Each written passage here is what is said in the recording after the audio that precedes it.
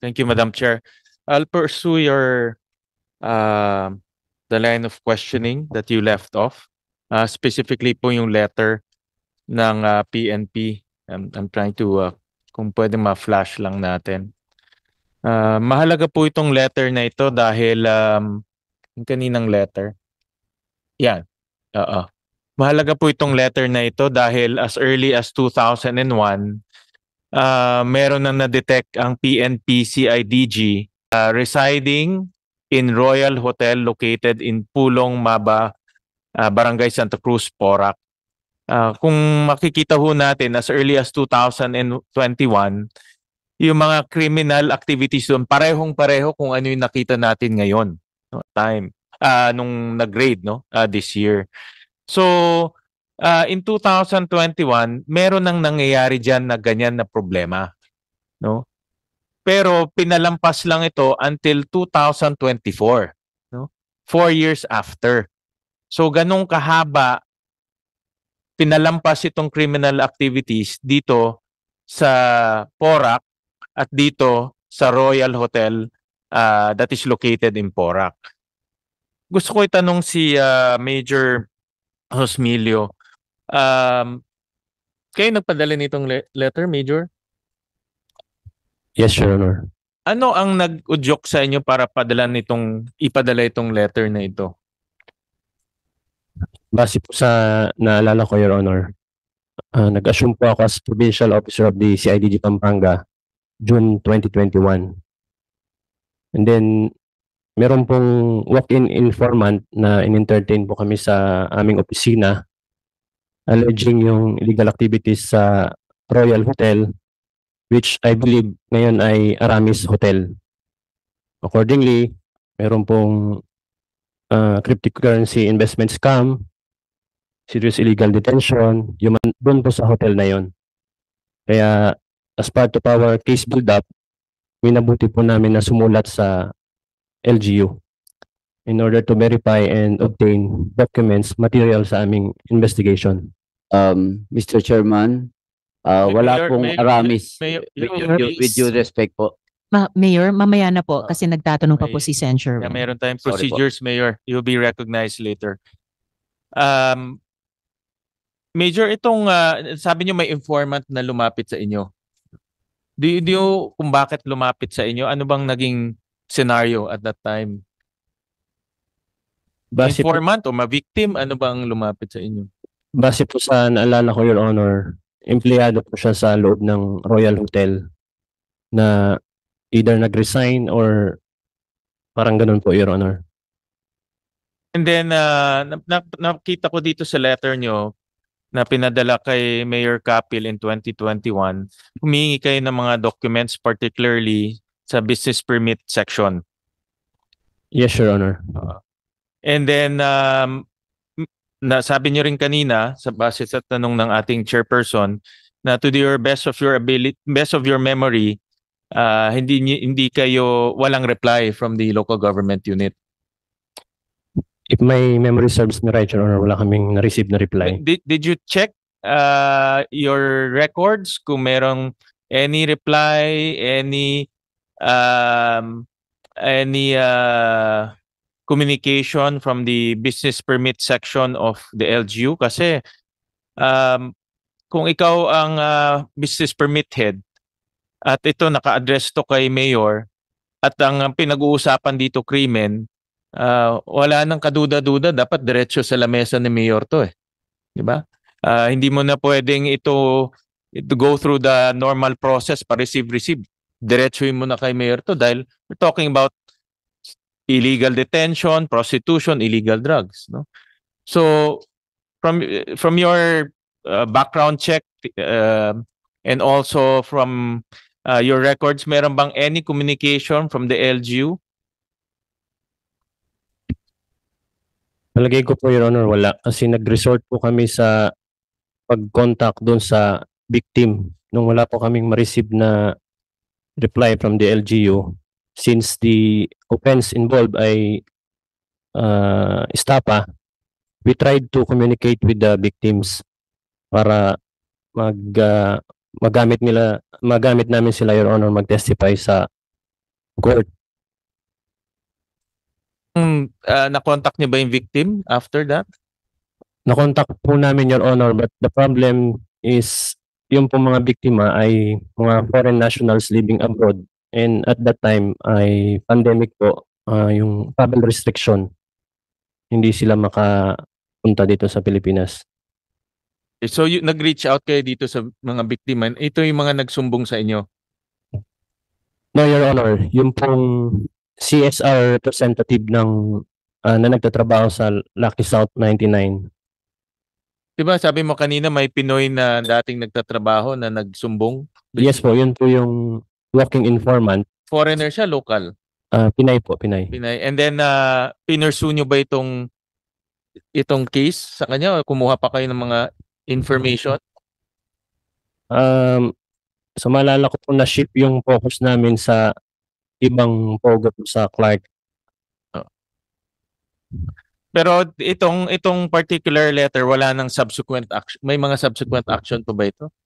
Nung hindi po namin ma-convince yung biktima na magpunta sa Pilipinas para mag-file ng complaint, na natabunan na po. Hindi na, nawala na po sa focus. Okay. And then based dito sa mga records, ang next action na ng LGU is itong 2023 inspection. So, Mayor Capil, bakit ang tagal from 2021 to 2023? Una, nasabi nyo kanina, hindi nyo alam itong letter. No? To be honest, that's a very convenient excuse. No? Madaling sabihin na hindi natin alam. Pero kung ganitong kahalagang sulat, dapat nasa lamesa na ito ni Mayor. Opo. At ang tanong ko, this was directed to your business permit office, no? Tama po ba? Opo. Una po, walang hotel na Aramis sa Porac at Royal Hotel sa Angeles po yun, Your Honor. Let's not be too technical, Mayor. Masyado tayong nagte-technical eh. No? May sulat to, address sa inyo, nasa Porac, may illegal detention, may cyber-related criminal activities. Ang tanong ko ho, ito pinadala ito sa business permit section, tama po ba? With all honesty and with due respect po, wala talaga pong nakarating na letter sa akin, Your Honor. Pero na-receive eh, very clear. Napakita ng ating chairperson, na-receive ho ito. We will confirm, Your Honor, pero wala po talaga nakarating sa akin na letter on that effect po, Your Honor. Senator Erwin, if I may add a bit of information dun sa line of questioning nyo. Also in 2022, na-report na sa media na may findings ang PNP, AKG of the kidnapping cases associated with Lucky South 99. Ipa-flash din po namin. So, dagdag na yun of concern sa PNP dun sa area. At AKG mismo, yung anti-kidnapping group nila. Ipa-flash po ngayon. Ayan po, mga kasama and Sen. Sherwin. Thank you. You mentioned it.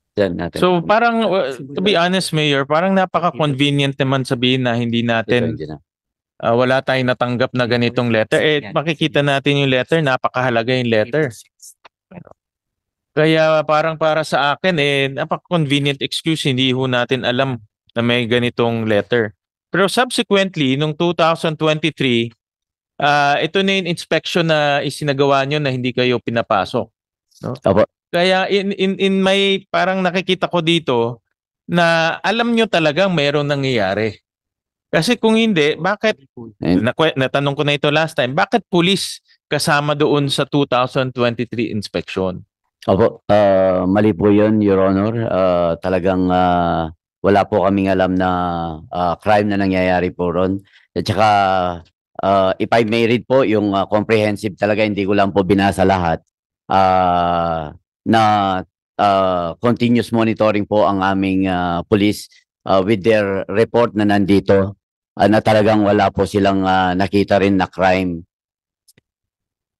May mga reports po pero wala po silang nakikitang crime, Your Honor. Opo, if I may read, Your Honor.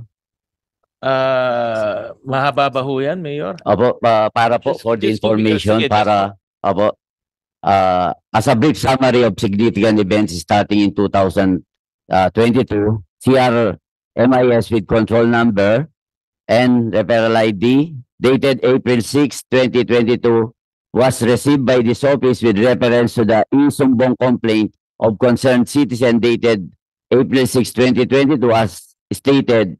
Good evening. My concern is illegal Chinese POGO operation in Royal Grand Palazzo, Friendship Highway, Angeles City, Pampanga. Name of Chinese operator by N0. Please action my concern because the POGO operation is illegal. Sobrang dami pong empleyado mga Chinese national.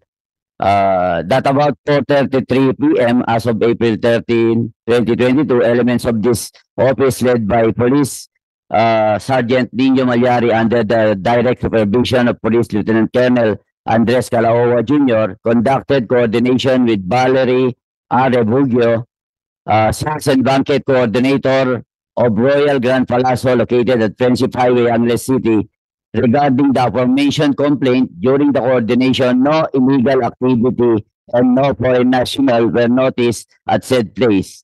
Said complaint was referred to Angeles City Police Office, not as territorial jurisdiction of the said place, to continue monitoring validation of said complaint and police operation if warranted. Taken on complaint re illegal gambling POGO dated April 13, 2022. Kailan niyo ho nabasa yan, Mayor? Yan binasa niyo? Ang totoo po, kahapon lang namin na Lahat ng sinasabi niyo ho yan, na ngayon niyo lang nabasa dahil may hearing. Kung hindi ho kami nagsagawa ng hearing, hindi niyo ho rin yan mababasa.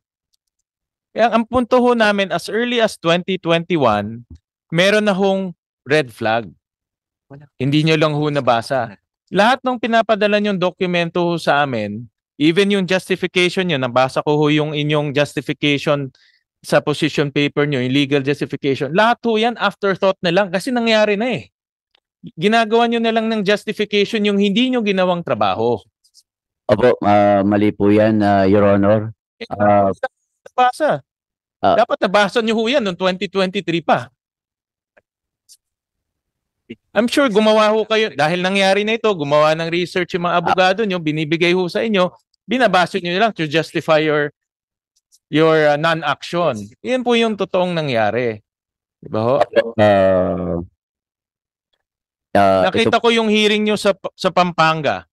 No? Never nyo minention dun yung mga Supreme Court rulings na minention nyo sa position paper nyo na pinadala nyo last week. Nag-mention kayo ng dalawang Supreme Court ruling, bakit hindi kayo makapasok doon? Pero nung nag-hearing ho kayo sa Pampanga, hindi nyo yung minention yun. My point of the matter is, afterthought na lang ho lahat to justify your non-action. Yun po yung nangyari.